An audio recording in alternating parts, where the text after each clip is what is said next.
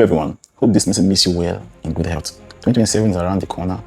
You can see how tense the atmosphere is. A lot of politicians are moving from one party to another, while others are crying because they could not get tickets of their party. Not because they care about us. It has always been for their selfish interest and therefore their selfish gain. We, the people of Nigeria, the youth of Nigeria, must come together and shun party politics, shun religious politics, and shun tribal politics. We must move from this sort of politics and politicking to individuals. We must vote by credibility. We must check the candidate we are voting for, his personality, his achievement, his past records. That must be how we vote in 2027, not by politics, not by tribe or by religion. If you look history since independence, the president we've had, none has been able to solve one problem we have in Nigeria. None. So we must decide henceforth how we want to be governed and what we want in Nigeria. The previous administration of His Excellency Muhammad Buhari came into board with the hope to change the country. He spent 8 years criticizing Jonathan. Whenever he's asked why the country is not moving forward, he said because the barrel of oil dropped and because of what they meant on ground. You saw all this before he contested, right? At the end of the day, he continued to borrow and borrow without an achievement. The Nigerian GDP for 500 something billion, it went down. The bat of leadership was handed over to Tinubu, His Excellency Bola Ahmed Tinubu. This man said subsidy is gone. We were expecting, since he has a history of Lagos, we thought he was going to transform Nigeria.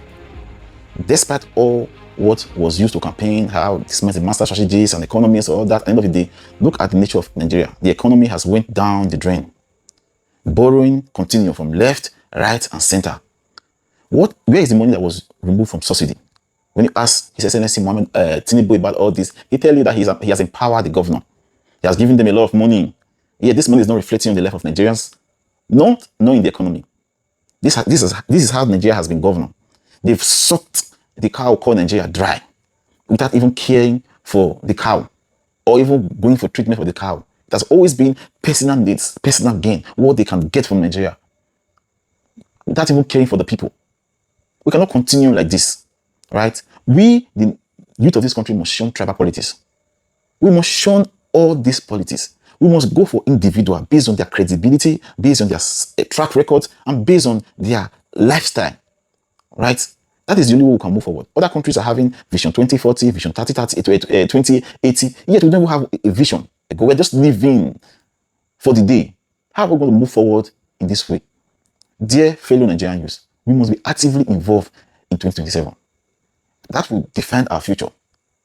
It will define this country in the long run. If we are going to continue like this, or the country might even explode, right? Get involved actively. That is the only way we can change the country and build a country that we desire. Go to South Africa, see how Nigerians, young Nigerians are mistreated. Go to other African countries, right? Yet we have a country that have everything it requires to be great. To put Nigeria in the world map, we must choose a visionary leader. All we've had in this country, I don't know how to describe them. But now we need a visionary leader, someone who has a goal. This present administration has no goal. It is painful, but this is the truth. They have no goal. It's all about their personal needs. Look at the ministers on board. Go check their records. We must change this. Thank you and have a blessed day.